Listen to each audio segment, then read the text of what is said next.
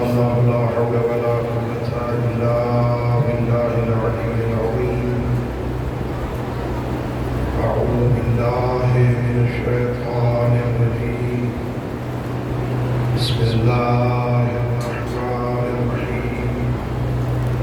الحمد لله رب العالمين خالق الخلائق أجمعين، والصلاة والسلام والتحية والإكرام على النبي المؤيد والرسول المسدد المصطفى الأمجد المحمود الأحمد حبيب إله العالمين أبي القاسم محمد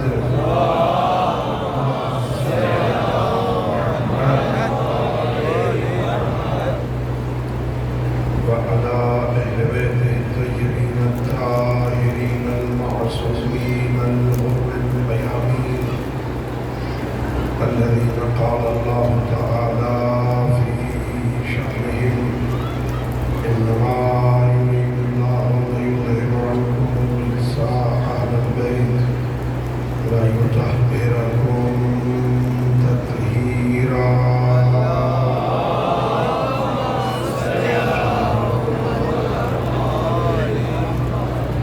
ورحمة الله على أحبابهم وأصحابهم وشيعتهم وبرامهم، ولعنة الدائمة الأبدية على أعدائهم أجمعين. أما بعد، فقد قال الله تبارك وتعالى في كتابه المجيد وفرقانه الحميد، وهو أصدق الصادقين وقوله الحق. بسم الله الرحمن الرحيم.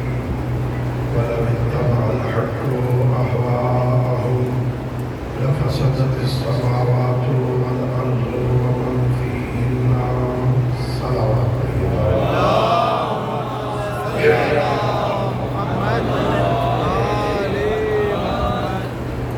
اللہ رب العزت کے حق محمد و آل محمد علیہ السلام ہم سب کی اس عبادت کو اپنی بارگاہ میں فرمائے.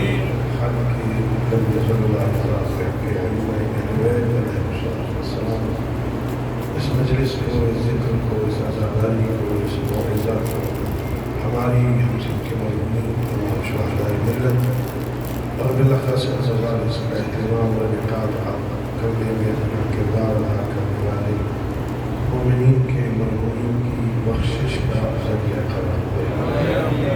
اللہ رب العزت کے حق محمد و آل محمد علیہ السلام ہم سب کو ایام عذاب مدارس کربلا سے اپنے معصوم حاکموں کی سیرت التجابہ کو سمجھنے اور اس پر عمل کرنے کی توفیق عطا فرمائے. اپنی دعاؤں اور اس عظیم عبادت کی قبولیت کے لیے آواز بلند صلوات.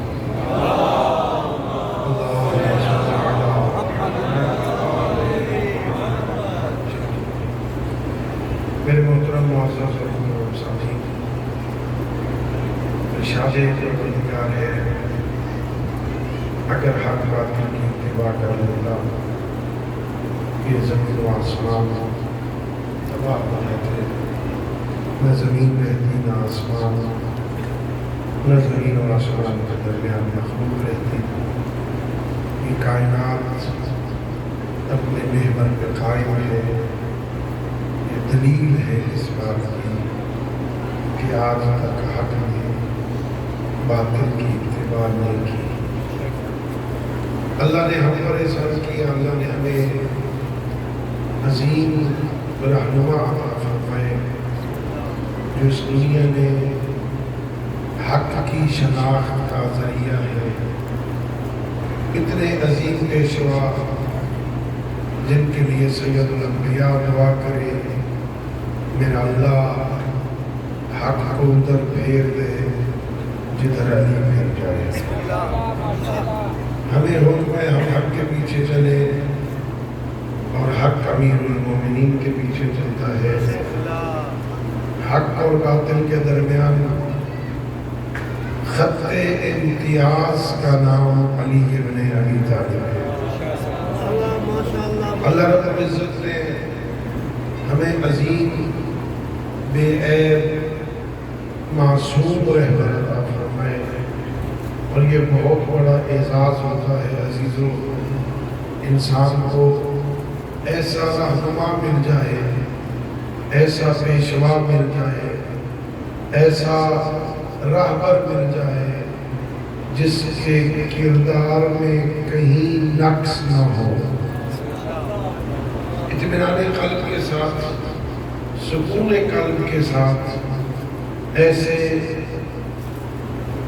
راہبر کے پیچھے، امام کے پیچھے چلتا ہے انسان جس کا کردار محکم ہو، بے عیب ہو۔ اللہ رب العزت نے سید الانبیاء حضرت محمد مصطفیٰ صلی اللہ علیہ وسلم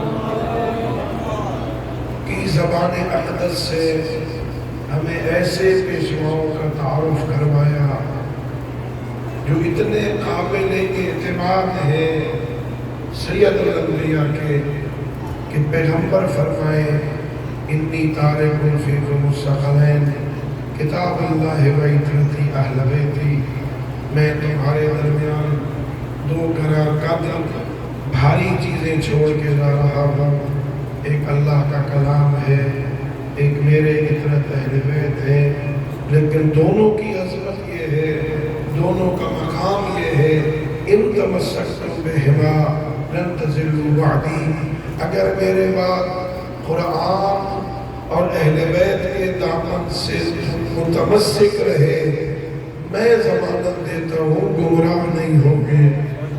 اتنی بڑی سند حدیث ثقلین جو فریقین کے درمیان، تمام مکاتب فکر اسلامیہ کے درمیان متفق علیہ ہے، متواتر حدیث ہے، اس میں کسی قسم کا کوئی شک نہیں ہے، ہمارے تمام اہل سنت علماء بھی اسے تصدیق کرتے ہیں۔ پیغمبر نے فرمایا میں قرآن چھوڑ کے جا رہا ہوں، اپنی عطرت چھوڑ کے جا رہا ہوں، ان کے ساتھ متمسک ہو جانا، اور یہ کبھی جدا نہیں ہوں گے، جہاں رہیں گے اکٹھے ہوں گے، جہاں قرآن ہوگا وہاں اہل بیت ہوں گے، جہاں اہل بیت ہوں گے وہاں قرآن ہوگا۔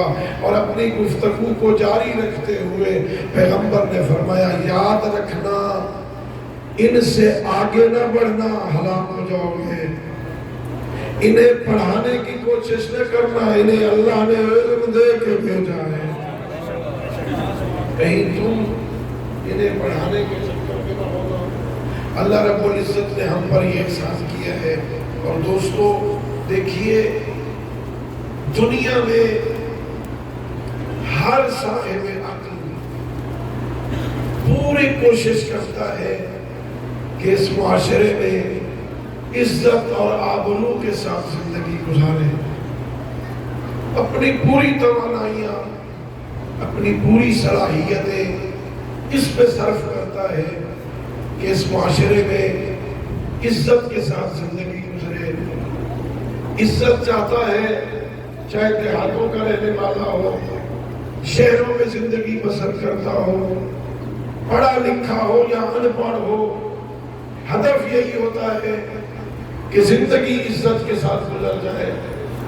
بدقسمتی یہاں ہے، عزت چاہتا ہے لیکن یہ جانتا نہیں کہ عزت کہتے کسے ہیں۔ ہر بندہ عزت چاہتا ہے، جس بندے کا دامن ہلاؤ گے وہی کہے گا میں عزت چاہتا ہوں۔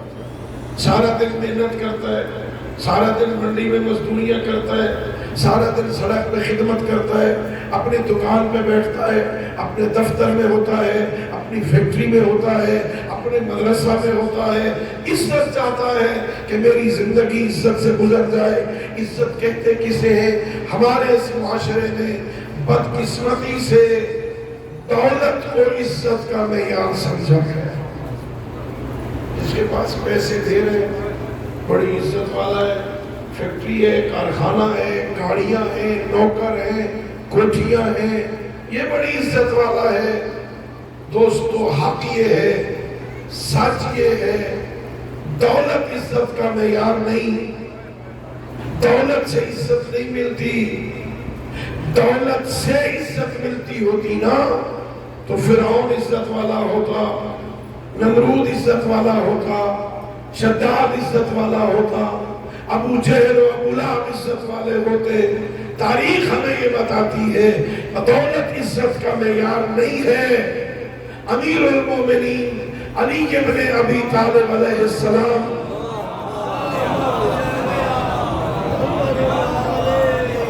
سے پوچھا گیا، امیر المومنین یا ابو الحسن آپ بتائیے عزت کا معیار کیا ہے؟ دولت سے اگر عزت نہیں ملتی، عزت کا معیار کیا ہے؟ تو میرے آقا نے آپ کے اور میرے امیر نے سجدے میں سر رکھ کے پوری دنیا کو عزت کا معیار یہ بتایا، الہی کفا بی عزت ان اکون لک عبدا. اور میرے کریم اللہ، اور میرے مہربان اللہ، اور میرے مہربان و رحمان اللہ، علی کی عزت کے لیے بس یہ کافی ہے کہ علی تیرا بندہ ہے. عبد ہونا، بندگی کرنا، اپنے خالق کی اطاعت کرنا، اس کا ہو جانا، یہ عزت کا معیار ہے. دولت نہ ہو، کوٹھی نہ ہو، رہتا خیمے میں ہو، عزت اتنی ملتی ہے. پیغمبر کو کہنا پڑتا ہے اس زمین نے کسی کا بوجھ نہیں اٹھایا، اس آسمان نے کسی پہ سایہ نہیں کیا جو میرے ابو ذر سے زیادہ سچا ہو. کتنی دولت ہے ابو ذر کے پاس، کتنے بینک بیلنس ہے اس کے پاس، لیکن عزت کتنی ہے. جندب ابن جنادہ مدینے کا قریب ترین فرد ہے، لیکن عزت کتنی. سید الانبیاء کہہ رہے اس سے بڑا سچا کوئی نہیں. کیوں؟ زندگی گزاری مدینے میں آل محمد کی اطاعت میں، فرمانبرداری پیغمبر میں پورا وقت گزر رہا ہے. قصور کیا ہے ابو ذر کا؟ کیوں شامات بھیجا گیا؟ کیوں قبضہ بھیجا گیا؟ کیوں مدینہ میں نہیں رہنے دیا جاتا؟ دو باتیں سمجھاتا ہے. مدینہ کی گلیوں میں حضرت ابو ذر چکر لگاتے ہیں، جہاں جاتے ہیں دو نعرے لگاتے ہیں. پہلا یہ، لوگوں میں نے ان کانوں سے سنا، میں نے ان آنکھوں سے دیکھا، سید الانبیاء فرما رہے تھے واللہ علی خیر البشر من ابا فقط کفر. لوگوں علی ساری بشریت سے بہتر ہے، جو انکار کرے وہ کافر ہے.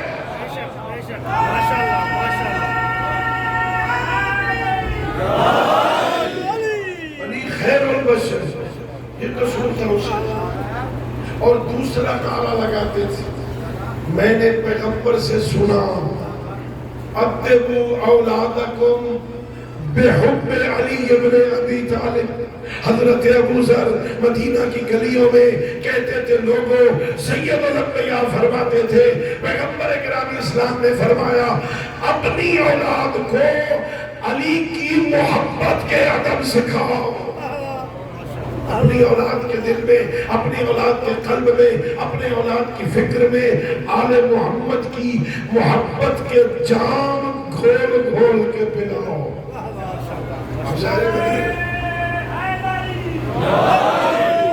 مدینہ کے لوگ یہ تو جانتے تھے کہ ابو ذر پیغمبر کی نظر میں کتنا سچا ہے، کتنا پیارا ہے. اب وہ جو اتنا بڑا صحابی مدینہ کی گلیوں میں چکر لگائے کہ پیغمبر یہ کہتے تھے، تو ماحول تو ظاہر ہے پھر کچھ اور بنے گا.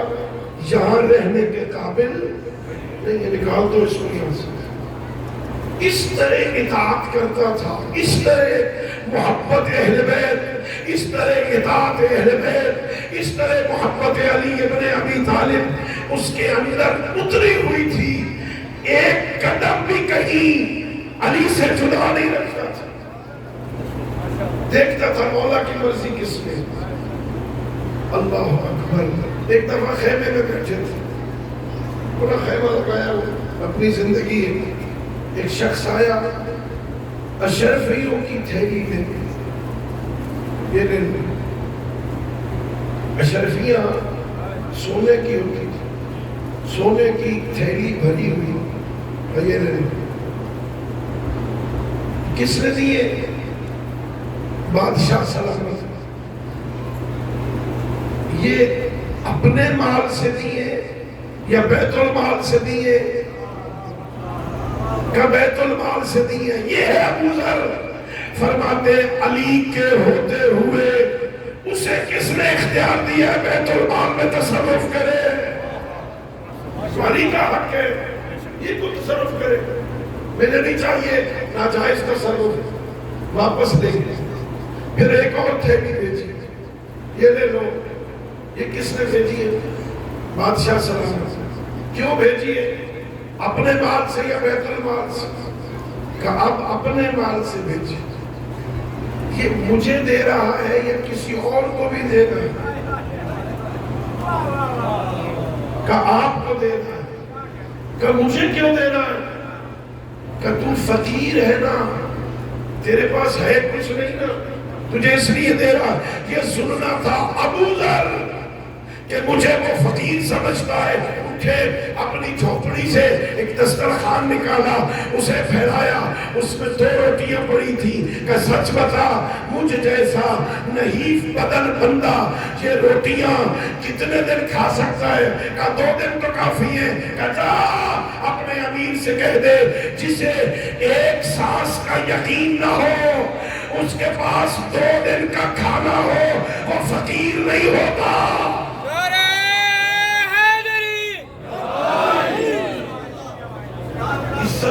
عزت یہاں ملتی ہے، حق کی اطاعت کرو، حق کے پیچھے چلو، حق کی بات مانو، عزت ملتی ہے۔ یہ سلمان فارسی، شاید میں نے کہیں کہا ہو، بہت بڑے عالم تھے۔ یہ آسمانی کتابوں کے عالم تھے، توریت جانتے تھے، زبور جانتے تھے، انجیل جانتے تھے، بہت بڑے عالم تھے۔ حضرت علامہ سید محمد حسین طباطبائی، انہوں نے ایک تفسیر لکھی ہے، قرآن کی تفسیر ہے، تفسیر المیزان، 20 جلدوں میں ہے، بہت اہم تفسیر ہے۔ حضرت علامہ سید محمد حسین طباطبائی امام خمینی کے استاد تھے، انہوں نے تفسیر لکھی۔ اس تفسیر میں انہوں نے لکھا کہ یہ جو پیغمبر کرام اسلام تھے، دنیا میں تو کسی کے پاس پڑھے نہیں تھے نا، وہاں کسی کے پاس جا کے سیکھے نہیں تھے نا۔ یہ مکہ کے مشرک تصور کرتے تھے، ان پڑھ آدمی ہے، ظاہراً کہیں پڑھا نہیں ہے، یہ اتنی بڑی بڑی باتیں کیسے کرتا ہے؟ کسی مدرسہ میں، کسی سکول میں، کسی ٹیوٹر کے پاس، کسی استاد کے پاس محمد ابن عبداللہ کہہ نہیں ہے، کسی سے پڑھا نہیں ہے، اتنی بڑی بڑی باتیں یہ کہاں سے کر لیتے آئے؟ اتنی بڑی بڑی باتیں علامہ محمد حسین طباطبائی نے لکھا۔ وہ آپس میں بیٹھ کے کہتے تھے، یہ جو سلیمان ہے نا، یہ سکھاتا ہے محمد کو۔ اب اندازہ لگاؤ کتنے بڑے بندے تھے، کتنا بڑا عالم ہے۔ مکہ کے مشرک سمجھتے ہیں یہ قرآن کی آیتیں یہ سکھاتا ہے اسے، یہ آگے لوگوں کے سامنے بیان کرتا ہے۔ وہ سلیمان اس مقام پہ کیسے پہنچا؟ سلیمان کو یہ مقام کیسے ملا؟ منا اہل بیت کی منزل پہ آ گیا، تھا ایران کا فارس، تھا ایران کا آتش پرست، تھا ایران کا رہنے والا، پھر یہ منا اہل بیت کی منزل پہ کیسے آ گیا؟ آپ کے اور میرے چھٹے امام حضرت امام جعفر صادق علیہ السلام،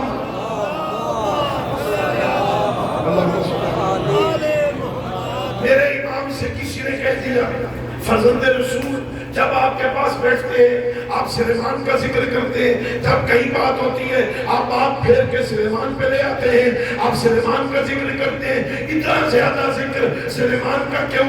سلیمان فارسی کا اتنا ذکر کیوں کرتے ہو؟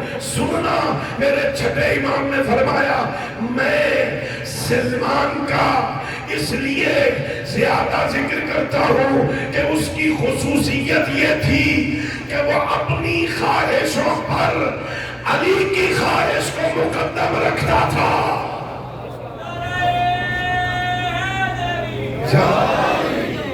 وہ اپنی خواہشوں پر علی حیدر کرار کی خواہش کو مقدم رکھتا تھا۔ میں یہ چاہتا ہوں مولا علی چاہتے ہیں، وہ اپنی چاہت کو چھوڑ دیتا تھا، وہ کرتا تھا جو علی چاہتے تھے، اور جو یوں مطیع ہو جائے، یوں فرما بردار ہو جائے، یوں اطاعت گزار ہو جائے، یوں محبت کرنے والا ہو جائے، ایسا پیروکار ہو جائے نا، پھر اسے یہ مقام ملتا ہے کہ سید الانبیاء فرماتے مہاجرین انصار میدان جنگ احد میں جھگڑنے کی ضرورت نہیں، وہاں جھگڑا ہو رہا تھا، کس نے زیادہ خندق کھودی، کس نے زیادہ خندق کھودی، کچھ مہاجرین نے کھودی، کچھ انصار نے کھودی۔ یہ سلیمان نہ مہاجر ہے نہ انصاری ہے، اس نے بھی کھودی۔ انصار چاہتے ہیں کہ ہمارے ساتھ مل جائے، ہمارا پلڑا ذرا بھاری ہو جائے، مہاجر چاہتے ہمارے ساتھ مل جائے، ہمارا پلڑا بھاری ہو جائے۔ وہ کہتے سلیمان مہاجر ہے، مدینے کا تو ہے نہیں، ہمارا ہے مہاجر ہے۔ انصار کہتے یہ مکہ سے تو آیا نہیں، لہذا یہ ان کے ساتھ کا مہاجر تو ہے نہیں، یہ انصاری ہے۔ آپس میں جھگڑ رہے، پیغمبر آگے بڑھتے اور انصاری مہاجرین جھگڑو نہیں، میرا سلیمان نہ مہاجرین میں سے ہے نہ انصار میں سے، السلیمان منا اہل البیت۔ اس منزل میں پہنچتے کس لیے پہنچا؟ اطاعت کی وجہ سے، فرما برداری کی وجہ سے، مولا متقیان کی اطاعت کی، سید الانبیاء کی اطاعت کی، حکم خدا کو مانا، دل و جان سے مانا، پھر اس پہ عمل کیا، اس منزل پہ پہنچے۔ اور جتنے صحابہ آل محمد کے ایک ایک کے حالات زندگی پڑھو، صرف ساتھ لگنے سے یہ مقام نہیں ملا، اپنی جان سے گزر کے انہوں نے یہ مقام پایا۔ آل محمد کی اطاعت کی ہے، آل محمد کی فرما برداری کی ہے۔ مولا متقیان نے اپنے بعض صحابہ کو علم البلایا والمنایا کی تعلیم بھی دی تھی۔ بہت بڑے عالم تھے نا، بعض صحابہ کو علم البلایا والمنایا بھی سکھایا تھا۔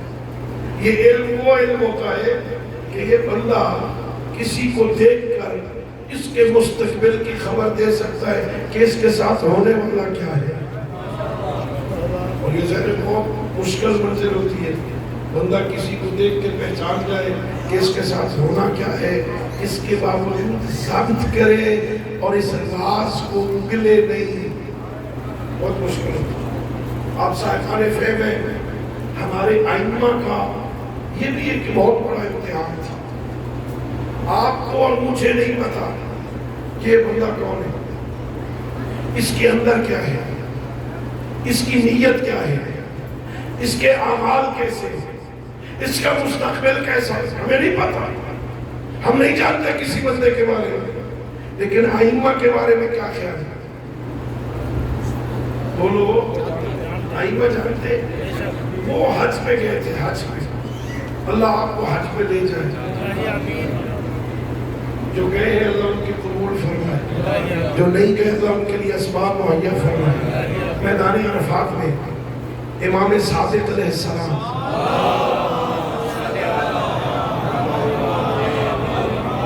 ساتھ صحابی ابو بصیر، آنکھوں سے نابینا، بڑی مشہور روایت ہے۔ میدان عرفات میں ذکر کی آوازیں آ رہی ہیں، اللہ اکبر، سبحان اللہ والحمدللہ، دعائیں مانگی جا رہی ہیں، زمزمہ ہے، یہ آنکھوں سے نابینا ابو اسیر کہتا ہے جبن رسول اللہ ما اکثر الحجیج، اس سال کتنے زیادہ حاجی ہیں، اتنے دعاؤں کا شور و غل ہے۔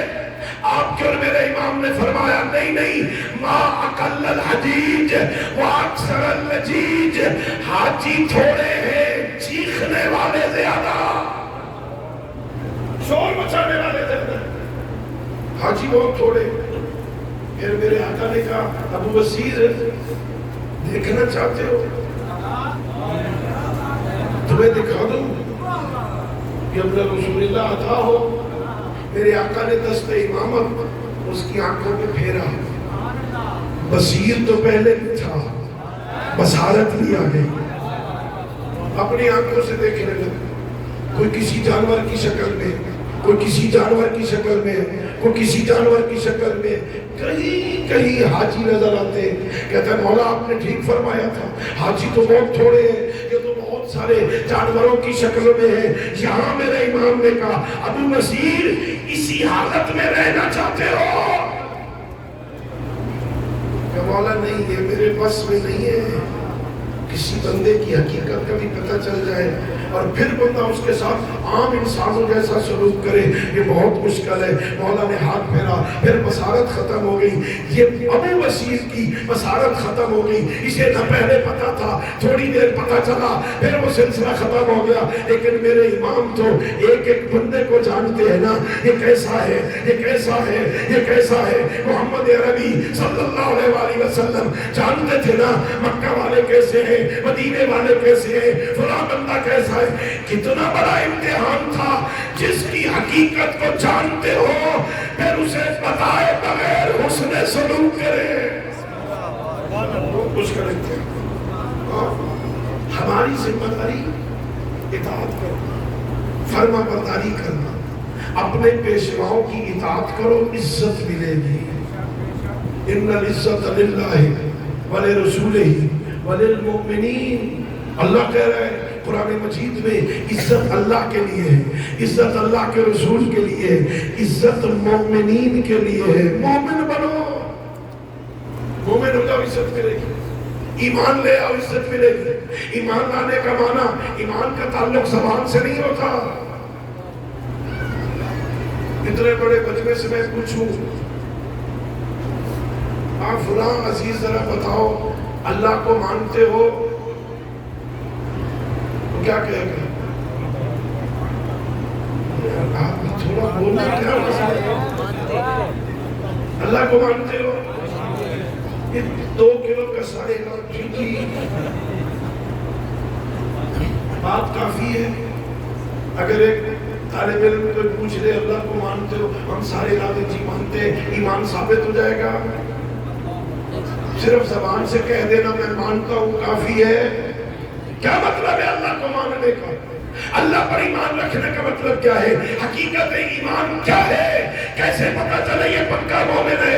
ایمان کہاں ہوتا ہے؟ ایمان کا کیسے پتا چلے؟ سید الانبیاء فرماتے حقیقت الایمان یہ ہے ان تعلم ان اللہ معک حیث ما کنت۔ اللہ کو ماننے کا مطلب، اللہ پر ایمان رکھنے کا مطلب، اللہ کو واحد ماننے کا مطلب، اللہ کے وجود کا اقرار کرنے کا مطلب یہ ہے ان تعلم ان اللہ معک حیث ما کنت۔ تو جہاں بھی ہے تجھے یقین ہونا چاہیے اللہ تیرے ساتھ ہے۔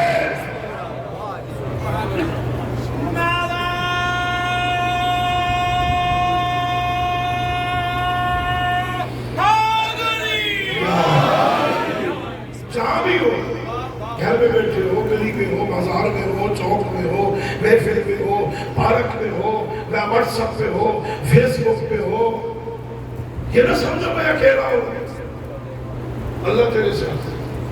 اور اگر بندے کو یقین ہو کہ کوئی میرے ساتھ ہے، پھر تو یہ بیچارہ ہے خلق الانسان ضعیفا، اللہ کہتا ہے یہ تو کمزور پیدا کیا کہ ڈرپوک ہے، ڈرتا ہے، ہمت نہیں ہے کسی کے سامنے ایسا حرکت کرے۔ اسے پتا ہونا کیمرے کی آنکھ تجھے دیکھ رہی ہے، ڈرتا یا نہیں ڈرتا؟ حالانکہ یہ جو کیمرے کی آنکھ ہے نا، جو یہاں لگے ہوئے نا کیمرے، یہ پتہ نہیں کس لمحے خراب ہو جائے، ہو سکتا ہے یا نہیں؟ مشینری ہے نا، چلتا چلتا خراب ہو جائے۔ بندہ یہاں سوز و سلام پڑھ رہا ہے، سپیکر ٹھیک چل رہا ہے، مولوی صاحب ممبر پہ آئے، سپیکر خراب ہو گیا۔ بھائی مشینری ہے نا، کیا پتا کس لمحے خراب ہو جائے۔ یہ کیمرہ کام کرنا چھوڑ دے، تصویر بنانا چھوڑ دے، ادھر لائٹ گئی، بجلی گئی، اس کا کام ختم۔ یہ نہیں بنائے گا تصویر کون اندر آیا کون باہر گیا۔ دنیا کے بنائے ہوئے کیمرے کسی وقت خراب ہو سکتے ہیں، لیکن اللہ نے جو معصوم ہستیاں بٹھائی ہیں، وہ جو تصویریں بنا رہے کیمروں سے، وہ کبھی خراب نہیں ہوں گے۔ ان کیمروں سے ڈرتا ہے، اس سے نہیں ڈرتا۔ نعرہ تکبیر، نعرہ رسالہ، نعرہ حیدری، محمد و اہل بیت محمد صلوات۔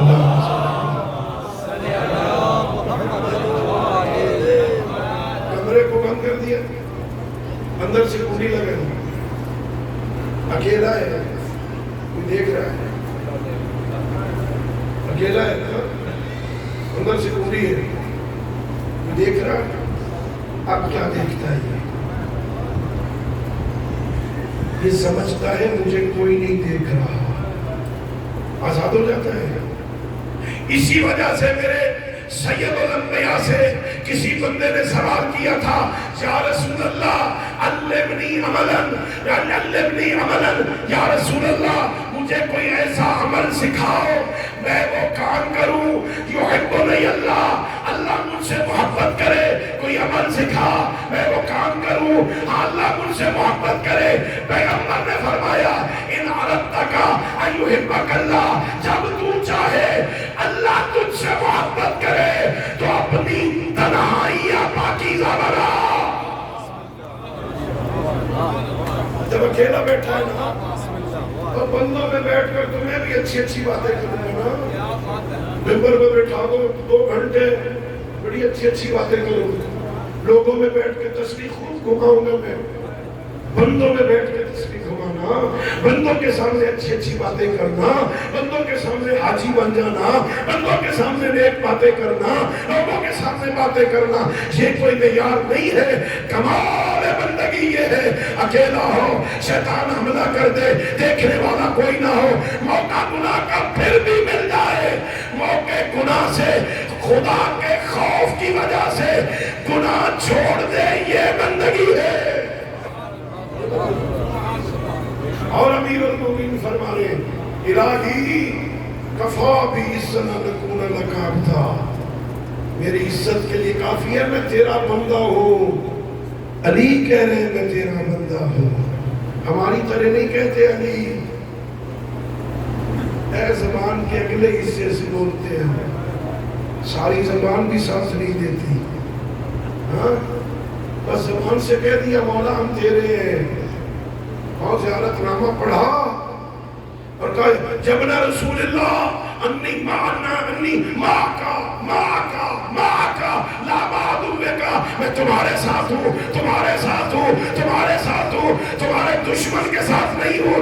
اور زیارت نامہ پڑھ کے غریب کربلا سے امام زمانہ سے وعدہ کر رہا ہے میں تیرے ساتھ ہوں، تیرے دشمنوں کے ساتھ نہیں ہوں۔ یہاں سے نکل کے سارے وہ کام کرے۔ کیا کر رہا ہے؟ کیا کہہ رہے ہو بھائی؟ اطاعت کرو سچی، جو بات کی اللہ سے ڈر جاؤ، میں نے نہیں کرنی وہ خلیفۃ اللہ کی، جو کچھ ہوتا ہے ہو جائے، کیا ہوگا بھائی؟ بس زیادہ سے زیادہ دنیا سے چلے جائیں گے، اس سے بڑی بات کیا ہے؟ اس سے بھی بڑی کوئی بات ہے؟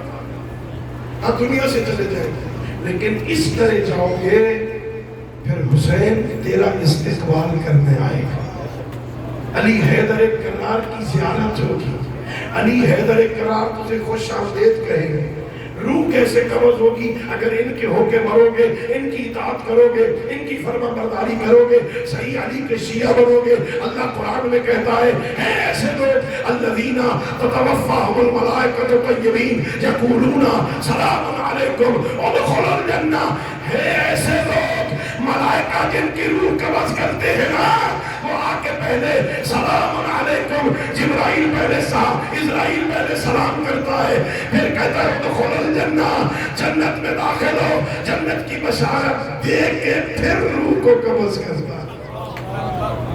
مرنے کا مزہ نہ آ جائے بندے کو؟ اچھا اسرائیل کے نام سے ڈرتے ہو کہ نہیں؟ ہاں اسرائیل کا نام آئے تھوڑی سی ڈرتے ہیں۔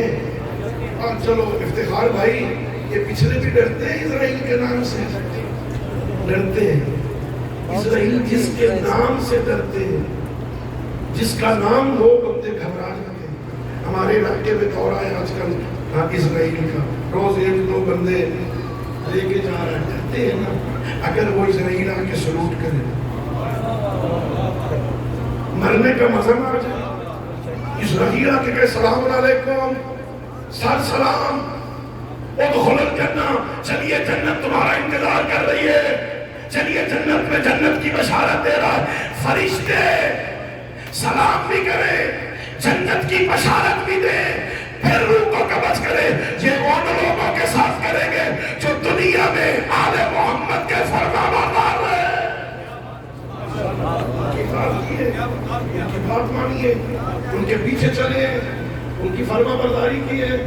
اور اگر ساری زندگی مرضی اپنی کی،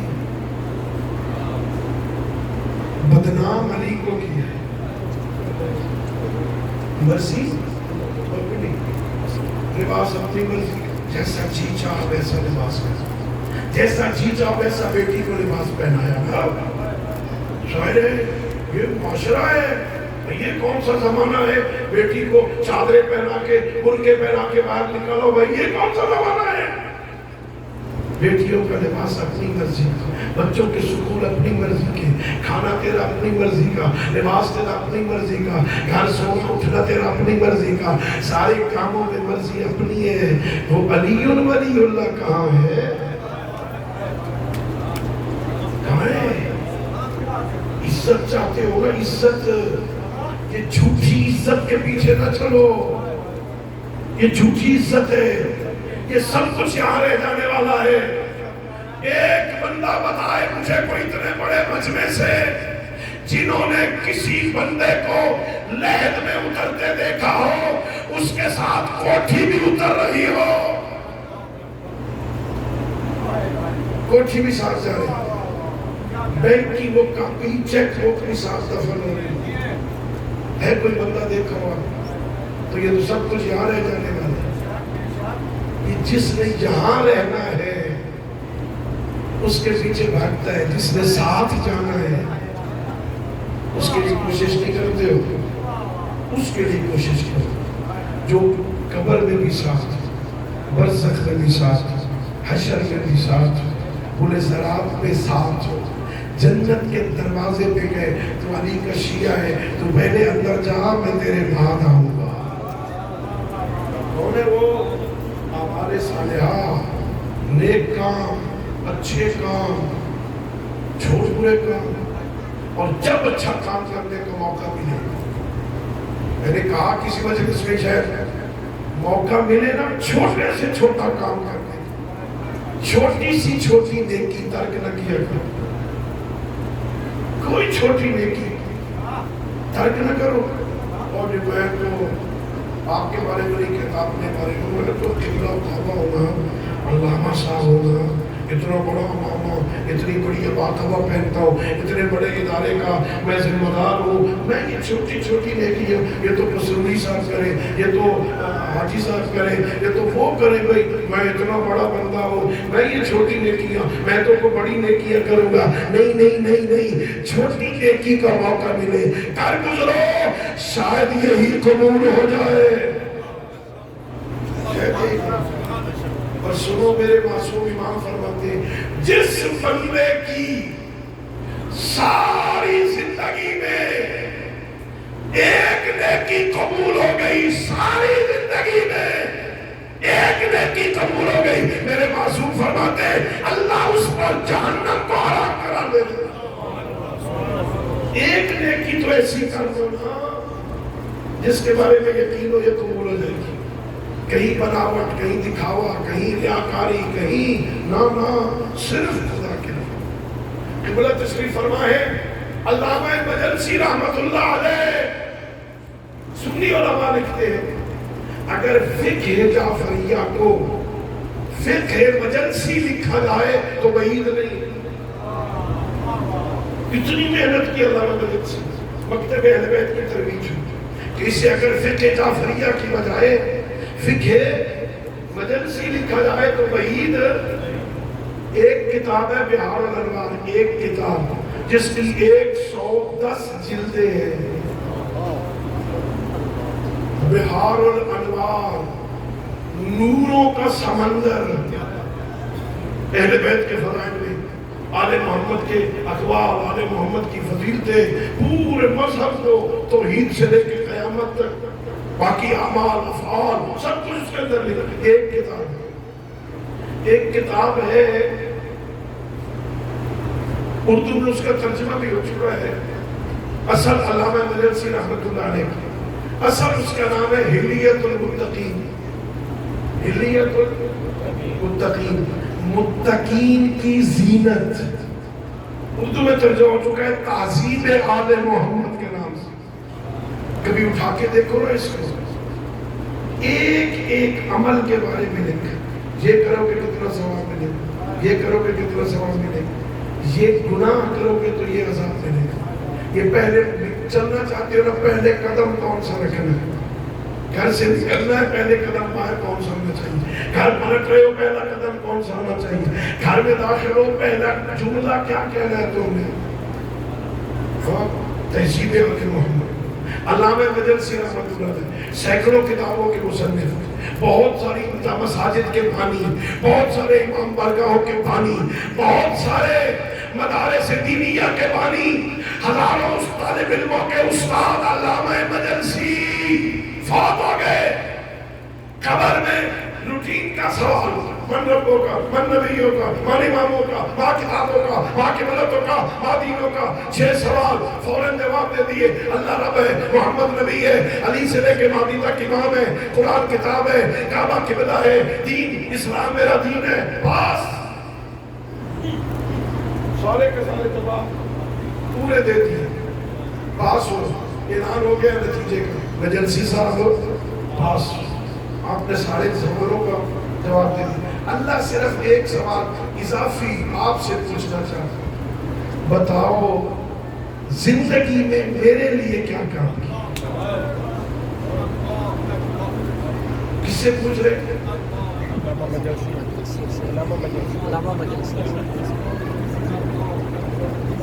علامہ مجلسی رحمت اللہ علیہ سے فرشتے کہتے کہ علامہ نعمت اللہ جزائری نے لکھا۔ علامہ نعمت اللہ جزائری شاگرد، استاد اور شاگرد کا معاہدہ ہوا، جو پہلے فوت ہو جائے گا نا وہ دفن ہونے کے بعد اور جب سے منکر نکیر سوال کر کے چلے جائیں گے نا، خواب میں آ کے بتائیں گے کیسے گزری، کمال ہے، کس منزل پہ فائدے، معاہدے کیا ہو رہے ہیں، خبر سے آ کے بتائے گا گزری کیسے۔ 6 مہینے بعد علامہ مجلسی آئے نعمت اللہ جزائری کے خواب میرے لاڈلا شاگرد تھا، کہتے ہیں استاد جی بس چھوڑے، وعدہ تو یہ تھا کہ آپ فوری آ کے بتائیں گے، کہ ناراض نہ ہو، ابھی فارغ ہوا ہو سیدھا تیرے پاس آیا۔ نعمت اللہ جزائری کو کہہ رہے ہیں علامہ مجلسی ابھی فارغ ہوا سیدھا تیرے پاس آیا۔ کیا ہوا آپ کو اتنی خدمات پھر اتنی دیر کیوں؟ کل روٹین کے سوال ہو گئے تھے، جواب ہو گئے تھے، نتیجہ اعلان ہو گیا تھا، میں پاس ہو گیا تھا، بس اللہ نے یہ پوچھ لیا بتا زندگی میں میرے لیے کیا کیا؟ ایک سوال، کوئی ایک کام بتاؤ جو میرے لیے کیا۔ میں نے کہا میں نے اتنی مسجدیں بنوائی ہیں ساری خدا کے لیے تو کی ہیں۔ جواب آیا باہر تختی لگی ہوئی ہے، بانی علامہ مجلسی اپنے نام کے لیے کیا، میرے لیے کیا کیا؟ اتنے مدرسے بنائے، کبائر بڑے بڑے بورڈ لگے ہوئے ہیں، بانی علامہ مجلسی، اتنے مدارس بنائے، اتنے امام بارگاہ بنائے، کبائر لکھا ہے علامہ مجلسی، اتنی کتابیں لکھی دین کی ترویج کے لیے کہ اس کی پہلے گتے پہ لکھا ہے مؤلف علامہ مجلسی۔ اپنے نام کے لیے کیا ہے، میرے لیے کیا کیا ہے؟ بتا میرے لیے کیا کیا ہے؟ اللہ اکبر۔ اب یہاں دو تین واقعات ملتے ہیں۔ علامہ مجلسی کہتے ہیں بڑا سوچنے کے بعد مجھے یاد آیا ایک دفعہ سردیوں کے موسم میں میں نماز تہجد کے لیے مسجد جا رہا تھا، برف باری ہو رہی تھی، وہاں بلی کا ایک بچہ سردی میں ٹھٹر رہا تھا، میں نے اسے اٹھا لیا، اپنی عبا میں چھپا لیا تاکہ یہ سردی سے مر نہ جائے، مسجد کے قریب جا کے اسے امن کی جگہ پہ چھوڑ دیا۔ مجھے یاد آیا، میں نے کہا میرا اللہ، تیرے وہ بلی کے بچے تیری مخلوق کو جو میں نے سردی سے بچایا تھا سوائے تیرے کس کو خوش کرنے کے لیے کیا؟ فرمایا جا مجلسی بس یہی ایک کام میرے لیے کیا، خدا کے لیے کرو، ایک نیکی تو کر لو نا، زندگی میں ایک نیکی تو ایسی کرو جس پہ مہر لگ جائے یہ بس خدا کے لیے۔ کیا ہونے چاہیے خدا کے لیے؟ میں نے ضرور دیا آپ کو، بات لمبی ہو گئی، میں کچھ اور پڑھنا چاہتا تھا، کچھ اور کہنا چاہتا تھا، بات ادھر چلی گئی۔ حضرت موسیٰ سے اللہ نے پوچھ لیا، موسیٰ ذرا بتاؤ نا زندگی میں میرے لیے کیا کیا؟ کس سے؟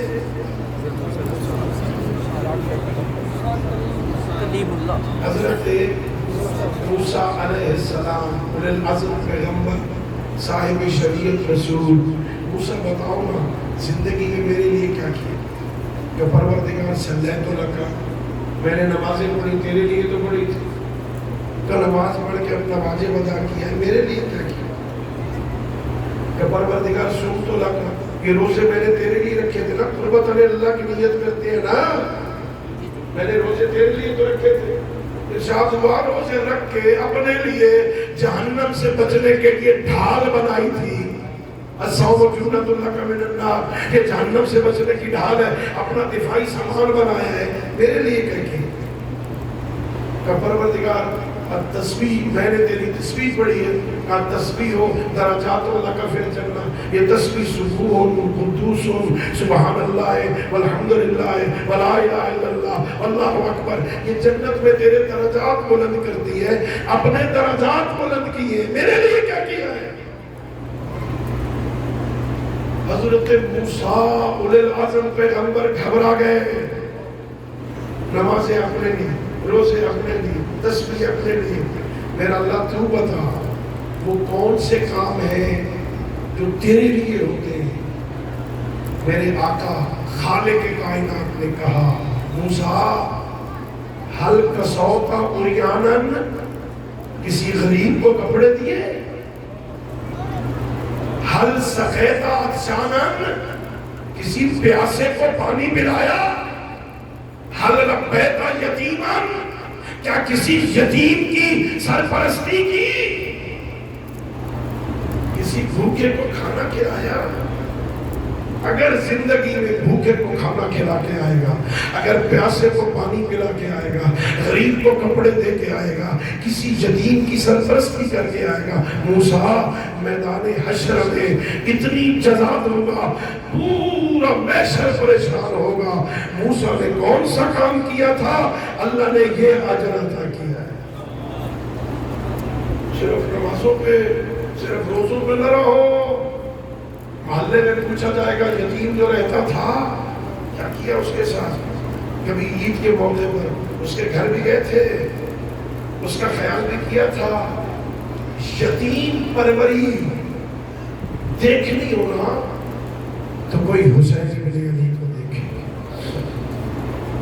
یتیم پروری کا انداز بھی الگ ہے۔ اللہ اکبر۔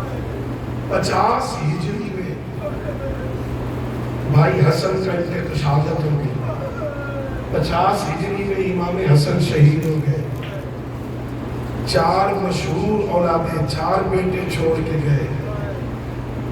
چاروں کے ساتھ اتنی محبت کیا کرتے تھے.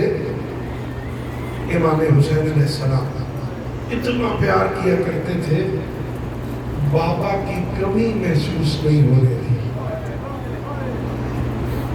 حسن مصنع، قاسم ابن حسن، احمد ابن حسن، عبداللہ ابن حسن، 4 بیٹے.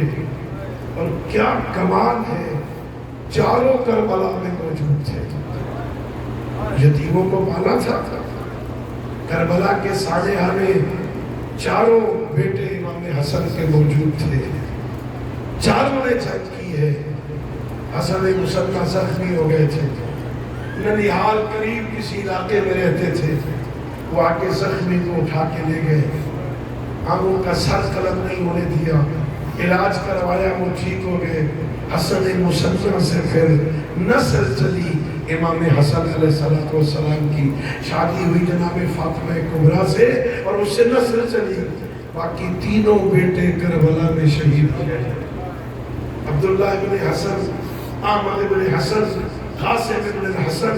عبداللہ کی عمر 11 سال، احمد ابن حسن کی عمر 12 سال، قاسم ابن حسن کی عمر 13 سال. میں نے روایتوں میں پڑھا، عزاداروں توجہ کرنا، میں نے پڑھا جو چھوٹا بچہ تھا نا، احمد ابن حسن شہید ہو گئے، قاسم ابن حسن شہید ہو گئے. چھوٹا عبداللہ جو 11 سال کا تھا نا، آخری ودا کرنے کے لیے جب حسین ابن علی آئے نا، اس کا ہاتھ پکڑا، اپنی بہن زینب کے حوالے کیا. بہن زینب، میرے اس یتیم بھتیجے کا خیال رکھنا، اس کو خیز کا خیال رکھنا، اسے تنہا نہ چھوڑنا. میں نے مکتب میں پڑھا جب حسین مولا کو شمر ملعون ضربے مار کے شہید کر رہا تھا، زینب کبریٰ تلہ زینبیہ پہ کھڑی تھی، دعائیاں دے رہی تھی. الیس فیکم مسلم، کیا تم میں مسلمان کوئی نہیں؟ محمد کا بیٹا مارا جا رہا ہے. وہ دعائیاں دے رہی تھی کہ عبداللہ اپنا ہاتھ چھڑا کے دوڑے چچا کی حمایت کے لیے. ظالم ضربے مار رہا تھا. 11 سال کا بچہ جا کے دونوں ہاتھ اپنے چچا کے اوپر رکھ دیے. نہ مار میرے غریب چچا کو، اور اس کا کوئی نہیں رہ گیا. نہ مار. اس ظالم نے تلوار کا وار کیا. عبداللہ کے دونوں ہاتھ قطع ہو گئے، دونوں ہاتھ قلم ہوئے، گرے اپنے چچا کی گود میں. حسین نے پیار کرنا چاہا، ابھی جھکے تھے بوسہ دینے کے لیے. ایک ظالم نے تیر مارا جو عبداللہ کے سینے میں پیوست ہو گیا، اور یہ بچہ چچا کی گود میں شہید ہوا. اللہ اکبر. یہ باعث شہید ہے جو مولا کی گود میں شہید ہوا. یہ امام حسن کی ایک قربانی، ایک احمد ابن حسن قربان، اور ایک 13 سال کا قاسم، وہ بھی کربلا میں شہید ہوا. 10ویں محرم کی رات کو شہداء کی فہرست بن رہی ہے. صبح یہ میدان میں جائے گا، صبح یہ لڑے گا، صبح یہ لڑے گا. قاسم کو اپنا نام نظر نہیں آیا، سیدھا چچا کے پاس آیا. چچا، کیا کل کے شہیدوں میں میرا نام نہیں ہے؟ میرے لال، پہلے سوال کیا، بتا کیف وجدت الموت، کیف عندک الموت، تیرے نزدیک موت کیسی ہے؟ کہ بابا آپ جیسے امام پہ قربان ہونا، الموت اندی احلی من العسل، یہ تو شہد سے بھی زیادہ میٹھی ہے. میں امام پہ قربان ہو جاؤں. میرے آقا نے کہا قاسم تو 13 سال کا ہے، کل کے شہیدوں میں تو تیرے بھائی علی اصغر کا نام بھی ہے، اور شہیدوں میں اصغر کا نام سننا تھا. غیرت ہاشمی جوش میں آئی، کہنے لگی چچا ایسلون الی الخیام، کیا ظالم خیموں کے اندر آ جائیں گے؟ بھائی کا بھائی اصغر تو چل نہیں سکتا. میرے آقا نے کہا نہیں نہیں، وہ خیموں میں نہیں آئیں گے، میں پانی پلانے لے جاؤں گا. ظالم پانی کے بدلے میں تیر مارے. کل تیرا نام بھی ہے. رات کو ماں نے تیار کرنا شروع کیا. ہر ماں کی گود میں اس کے بیٹے کا سر ہے, تیار کر رہی ہے. میرے بچوں خیال کرنا, تم جعفر طیار کے پوتے ہو, تم علی حیدر کرار کے نواسے ہو. میری آقا جناب ام فرما قاسم کو اپنی گود میں لٹا کے پیار کر کے کہتی ہے, بیٹا تو یتیم ہے, تیرا بابا نہیں ہے, میں بیگانی ہوں. قاسم کل میرے دودھ کی لاج رکھنا, قاسم کل میری عزت کا خیال رکھنا, اپنے بابا کے نام پہ قربان ہونا ہے, خیال رکھنا. اماں اجازت ملنے دے, اماں اجازت ملنے دے. صبح طلوع ہو گئی, ازادار قافلے چلنے لگے, چاروں انصار مارے گئے, بنی ہاشم کے جوان مارے گئے. قاسم جاتے ہیں اجازت مانگنے کے لیے, اجازت نہیں ملتی. تو میرے بھائی کی نشانی ہے حسن, تو میرے بھائی کا ہم شکل ہے, میں اپنے بھائی کو دیکھنا چاہوں, میں تجھے دیکھتا ہوں, میں کیسے بھیجوں. قاسم واپس آیا. ایک مرتبہ کا اماں چچا اجازت نہیں دیتے. میری آقا زادی ام فروا نے ایک تعویذ کھولا, اسے پڑھا کہ یہ لے جا, اب اجازت مل جائے گی. ازادار اس پہ لکھا تھا, میرے بھائی حسین میں تو کربلا میں نہیں ہوں گا, میری طرف سے قاسم کی قربانی قبول, قاسم کی قربانی قبول کر لینا. میرے آقا نے پڑھا, حسین رونے لگا, رخ پھر گیا مدینے کی طرف. بھائی تیرا شکریہ, میری غربت کا خیال رکھا. دونوں چچا بھتیجا ایک دوسرے کے گلے ملے. روضۃ الشہداء والے نے لکھا, غشیا علیہما, اتنا رویا حسین حسن کے الوداع کرنے پر, جناب قاسم کے الوداع کرنے پر. قاسم بھی بے ہوش ہو گئے, امام حسین بھی بے ہوش ہو گئے. تھوڑی دیر کے بعد ہوش آیا. 13 سال کے بچے کو اٹھا کے گھوڑے پہ بٹھایا. عزاداروں گئے حملہ کرنے کے لیے. ارزق شامی بہت بڑا پہلوان تھا, ہزار بندے کا مقابلہ کرتا تھا. ابن سعد نے کہا چل حاضر مار مقابلہ کر حسن کا. کہنے لگا حیا کر, بچہ ہے, پہلے میں اپنے بچوں کو بھیجوں گا. اس کے 4 بیٹے تھے, چاروں کو فنار کیا قاسم نے. طرف کے ارزق آیا, جب ارزق میدان میں آیا, ادھر سے مولا حسین نے دیکھا, اپنی جھولی پھیلائی. میرا اللہ, میرا قاسم بچہ ہے, میرے بچے کی حفاظت کرنا. یہ بہت بڑا جنگجو تھا. آگے بڑھا, جناب قاسم نے وار کر کے اس کے 2 ٹکڑے کیے. عمر ابن سعد ملعون نے کہا, اور تمہیں پتا ہے یہ علی کا پوتا ہے, چاروں طرف سے حملہ کرو, ایک ایک سے قابو میں نہیں آئے گا. چاروں طرف سے حملہ ہوا, کہیں سے تلوار لگی, کہیں سے نیزہ لگا, گھوڑے سے اترنے لگے. آواز دیا, ادرکنی چچا مدد کو آؤ. اللہ اکبر, میرے مولا دوڑے, اتنی تیز آئے. میں آج سن رہا تھا آیت اللہ العظمیٰ آغا خامنائی نے کہا, اس طرح آیا حسین جیسے شکاری باز شکار پہ آتا ہے. تیزی سے آئے قاسم کو بچانے کے لیے, لیکن اللہ جانے حالت کیا تھی. فوج میں بھگدڑ مچ گئی. زندہ قاسم گھوڑوں کی ٹانپوں تلے پاوا, گھوڑوں کی ٹانپوں تلے پاوا لگیا. لاشا اٹھایا, بس آخری جملہ دادارو, اللہ تمہیں کربلا لے جائے. گنجے شہداء میں اکبر کا لاشا پہلے آ چکا تھا, اس کے پہلو میں لٹایا. حسین درمیان میں ایسے بیٹھے جیسے نمازی تشہد میں بیٹھتا ہے. ایک ہاتھ اکبر کی لاش میں رکھا, ایک ہاتھ قاسم کی لاش میں رکھا. رخ پھر گیا